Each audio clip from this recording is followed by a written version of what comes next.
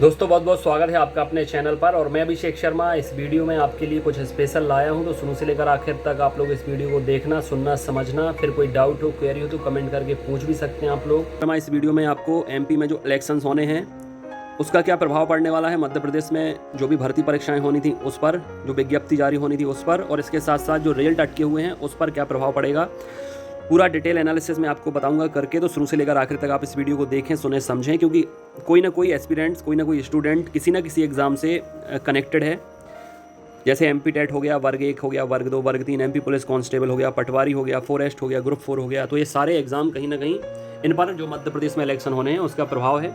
अभी मैंने आपको 2-3 दिन पहले वीडियो बनाकर बताया था कि मध्य प्रदेश में 1 या 2 दिन में आचार संहिता लगने वाली है। तो आचार संहिता लग चुकी है। इसके साथ साथ डेट्स भी डिक्लेयर हो गई हैं। मध्य प्रदेश में एक ही चरण में मतदान होना है, एक ही डेट पर इलेक्शन होने हैं मध्य प्रदेश में। 17 नवंबर को मतदान होना है, यानी दिवाली के ठीक 5 दिन के बाद, और इसके बाद फिर 3 दिसंबर को नतीजे आने हैं। अब मैं आपको बताऊं कौन कौन से रिजल्ट अटके हुए हैं। सबसे पहले फॉरेस्ट का, फॉरेस्ट के बाद एमपी टेट वर्ग 1 यानी उच्च माध्यमिक शिक्षक भर्ती परीक्षा मेंस एग्ज़ाम का, उसके बाद ग्रुप 4 का, एमपी पुलिस कांस्टेबल के तो एग्ज़ाम अभी हुए ही हैं, इसका रिजल्ट रेडी नहीं है लेकिन तब तक रेडी हो जाएगा। इसके अलावा एमपी में जो पटवारी एग्ज़ाम हुआ था उसमें धांधली घोटाले की बात सामने आई थी, उसकी जांच चल रही है, तो वो भी कहीं ना कहीं अटका हुआ है। तो कहीं ना कहीं कोई ना कोई स्टूडेंट, कोई ना कोई एस्पिरेंट्स किसी न किसी भर्ती परीक्षा से जुड़ा हुआ है, कनेक्टेड है। तो हर किसी को फ़र्क पड़ता है। अब चूंकि आचार संहिता लग गई है, मैं आपसे लगातार पहले भी बोलते आ रहा हूँ कि कोई भी रिजल्ट हो एग्ज़ाम का या किसी भी एग्ज़ाम की विज्ञप्ति हो, अब जारी नहीं हो पाएगी। और कोशिश भी सरकार की यही थी, क्योंकि पिछले महीने 15 दिन का टाइम था।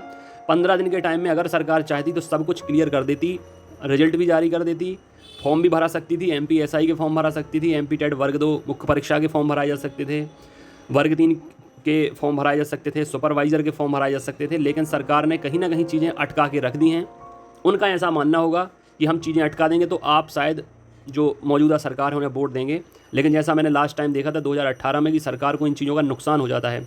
कहीं ना कहीं अंदर गुस्सा रहता है, स्टूडेंट को पता रहता है कि जो हमारी प्रिपरेशन है, जो हमारे एग्ज़ाम्स हैं, जो हमारी प्रक्रिया है, कहीं ना कहीं वो भी राजनीति की चपेट में आ जाती है। तो ऐसे में युवाओं में गुस्सा रहता है। सरकार को ऐसा नहीं करना चाहिए। कम से कम दिवाली का जो त्यौहार था, बहुत से ऐसे स्टूडेंट हैं, चाहे फॉरेस्ट के हों, ग्रुप 4 के हों, एमपी टेट वर्ग 1 के हों, ऐसे और पटवारी के भी हैं। तो ऐसे कई स्टूडेंट हैं जिनको ये खुशखबरी मिल सकती थी कि उनका सिलेक्शन हो गया है, त्यौहार बहुत अच्छे से मना सकते थे, सेटिस्फैक्शन भी होता। लेकिन अब ये सारी चीज़ें तब संचालित हो पाएंगी, आपके रिजल्ट डिक्लेयर होना या नई विज्ञप्ति का आना 3 दिसंबर को, जब चुनाव के नतीजे घोषित हो जाएंगे, सरकार का कंफर्म हो जाएगा कि कौन सी सरकार बन रही है। अब 3 दिसंबर के बाद ही ये सारी चीज़ें फिर से चालू होंगी। तब तक ना रिजल्ट आएगा, ना कोई विज्ञप्ति आएगी। इसके साथ साथ एक चीज़ और मैं आपको बता देता हूँ।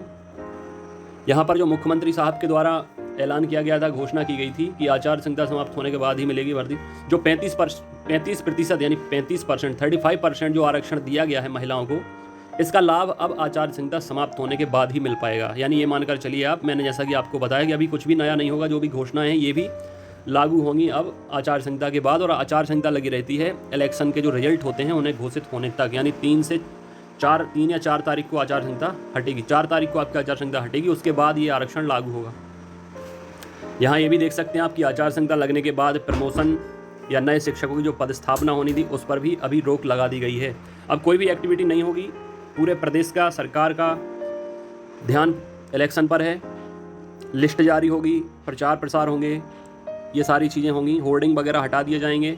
जितने भी क्रिमिनल्स हैं, नामी क्रिमिनल्स हैं, उनको बॉर्न किया जाएगा। जितने हथियार हैं वो जमा कराए जाएंगे।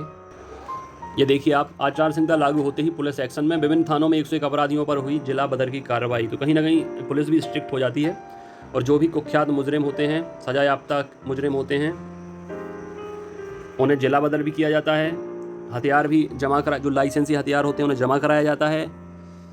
फ्लैग मार्च निकाला जाता है, शांति की अपील की जाती है। ये सारी जिम्मेदारी पुलिस की होती है, इसलिए ज़्यादा कोई एक्टिविटी अब होती नहीं है। तो आप लोगों को, जितने लोग अभी प्रिपरेशन कर रहे हैं, रिजल्ट का वेट कर रहे हैं, नई भर्ती का वेट कर रहे हैं, उन्हें थोड़ी सा सब्र करना पड़ेगा। और इसके साथ साथ लेकिन इतना कंफर्म जरूर है कि जो भी रुकी हुई भर्तियां हैं, जैसे एमपी एसआई की बात हो, वुमेन सुपरवाइज़र की, एमपी टेट वर्ग 2 की, एमपी टेट वर्ग 3 की, तो ये सब कुछ अब दिसंबर से शुरू हो जाएगा। 15 दिसंबर के बाद से शुरू हो जाएगा आना।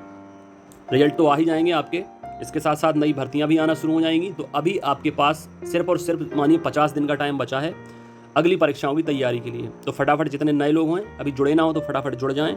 मैं भी टाइम टेबल जारी कर दूंगा, कैसे आपको प्रिपरेशन करनी है, कंटेंट दे दूंगा। एप्लीकेशन डाउनलोड कर लीजिए, तो वहाँ पर आपको ऑनलाइन कंटेंट मिल जाएगा, notes, test, class.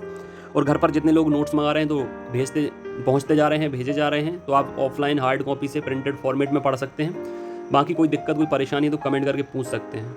Motivation, guidance, strategy, routine सब आपको प्रॉपर मिलेगा, ताकि 2024 में आप भी सिलेक्शन पा सकें और आपको लंबा इंतजार न करना पड़ेगी, अगले चुनाव तक का आपका इंतजार करना पड़े। इसलिए जो आगामी भर्ती हैं उसके लिए आप अच्छे से कमर कसिए, प्रिपरेशन कीजिए ताकि सिलेक्शन हो जाए। बाकी मैं हूँ आपके मार्गदर्शन के लिए, तो टेंशन लेने की जरूरत नहीं है।